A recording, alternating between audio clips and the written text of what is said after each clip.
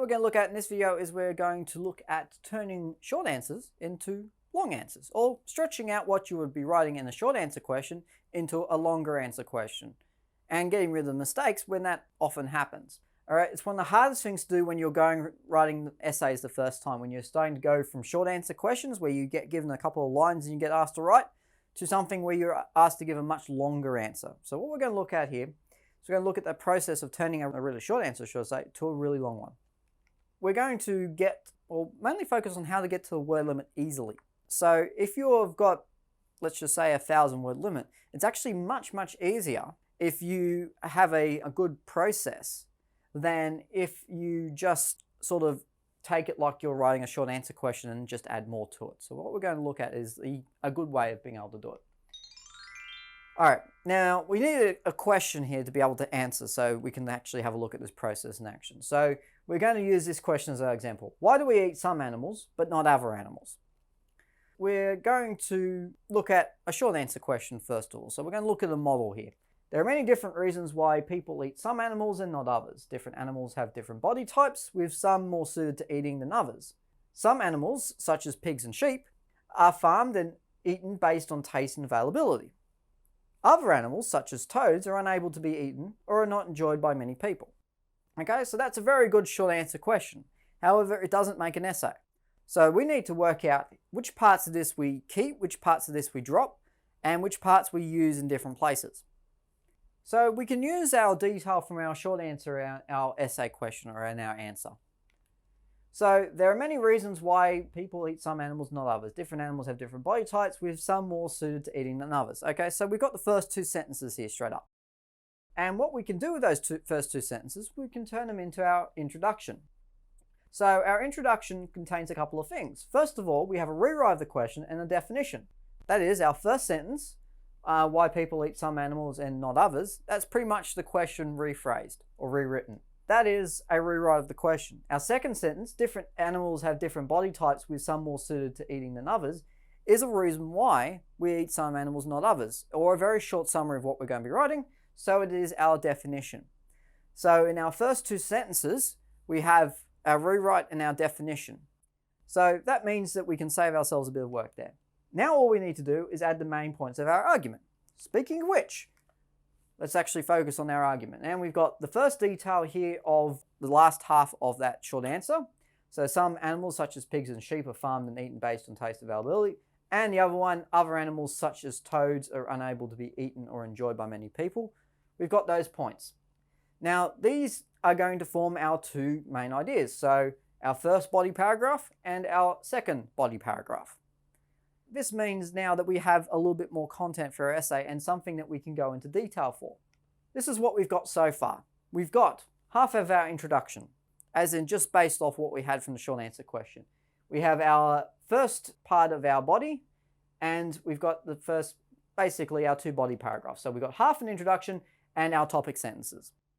So that's our starting point. But as you'll notice from that diagram, we've got a lot of grey spaces there. We need a lot to fill in. So even though we've got some of our essay started based on what we had in our short answers, we need to now extend all of that. So to finish the introduction, we just need to add what the main points are. So let's focus on just finishing this bit here first. We need to add that point that some animals are eaten because of their taste and availability, and some are not enjoyed or are harmful. So essentially what these two topic sentences are. So we can do that, and we can then finish our introduction. That's done. And then we can move on to what our body paragraphs are going to say. So let's do that. Okay, so now we're just going to go straight into the body. So after we've done our intro, we can pretty much go straight into what our main points are, and we can go into the point that we're going to use. So we're going to use one of the two that we had, and we're going to use this one. So some animals, such as pigs and sheep, are eaten based on taste and availability. Now this will pretty much be our topic sentence straight up, although we're going to make one slight change before we do, which is that. Now, while this can work as a topic sentence, the reason why we can get rid of this is because this can form part of our evidence. All right, so we can change our sentence and we can use such as pigs and sheep as part of what our evidence is going to be. We can pretty much then have a very simple topic sentence that's just going to go very direct and means that we're not just talking about pigs and sheep, we're talking about all types of animals which are farmed. So animals that go on farms, animals which are grown for grocery stores and those sorts of chains, we can talk about those. We can talk about them a bit better. So now we have a strong topic sentence. So we've got one there. We now need to focus on explaining it and discussing it in more detail. So, some animals are farmed and eaten based on taste and availability. It is this meat which is delivered to supermarkets and restaurants. And meat grown from farms is the most likely to be eaten. Okay, so now we've gone into a little bit more depth on that. Animals which are not in demand are not farmed and so are not eaten. So it explains why farmed and eaten animals are ones that we prefer. Okay, but we're not done yet, because we need to now add some evidence, as in something that proves it, and a lead out, so we can then go on to our next paragraph about animals you wouldn't eat and why you wouldn't eat them. So we'll have our beginning, and we're going to combine that now with our discussion, and then we're going to add our evidence first of all. According to the Australian Meat Bureau, pigs and sheep are among the most produced meats in Australian farms and have the most satisfied customers. So this is saying that why popular choice, something that's farmed, is something that we would prefer to have as food. And it just proves why we choose to eat animals based on taste and availability, and why we choose to eat some animals and not others. This is where our lead out also helps, because we can say this shows that animals are chosen to be eaten based on taste and availability. So we've got that point there, our chosen to be eaten, which is part of our question. As in, why do we eat some animals? Well, we choose to eat some animals, and that's the reason why.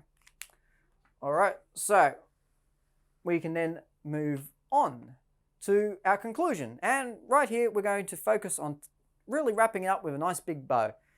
You need to write your next paragraph and then come up with a strong conclusion where you just tie those two ideas together. Now, we're not going to go into that because it's going to take a bit of time, but you pretty much use the exact same process that you had used the first time round.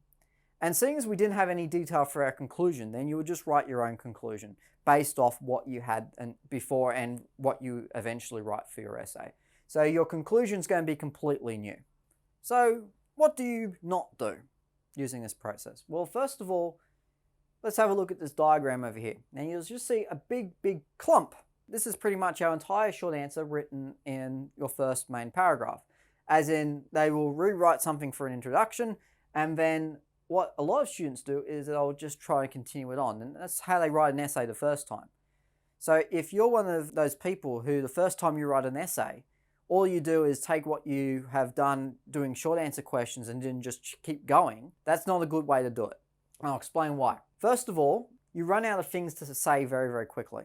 So if you've got lots of things in your first paragraph, you then try and carry it on in your second and in your third, you're going to run out of ideas and it's not going to be quite as good. The second thing is your answer will quite simply not be as good, because one thing about short answers, one of the big differences between a short answer question and an essay is an essay needs to be a lot more detailed. You need to go into a lot more discussion, you need to find more evidence. Everything that we had there in our short answer question is not going to cut it in an essay paragraph. That is why we need to do what we did before, which is split it up, have some points in our introduction, and then have our main arguments in our topic sentences. So then we can go into more detail and we can come up with a much better answer. The other thing is that by going to more detail, you'll actually find it's much easier to then be able to write more and to be able to meet word counts.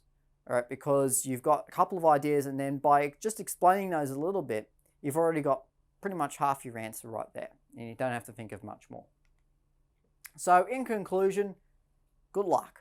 There are a couple of tips that I've got here if you do need a bit more information. First of all, which is watch the videos again.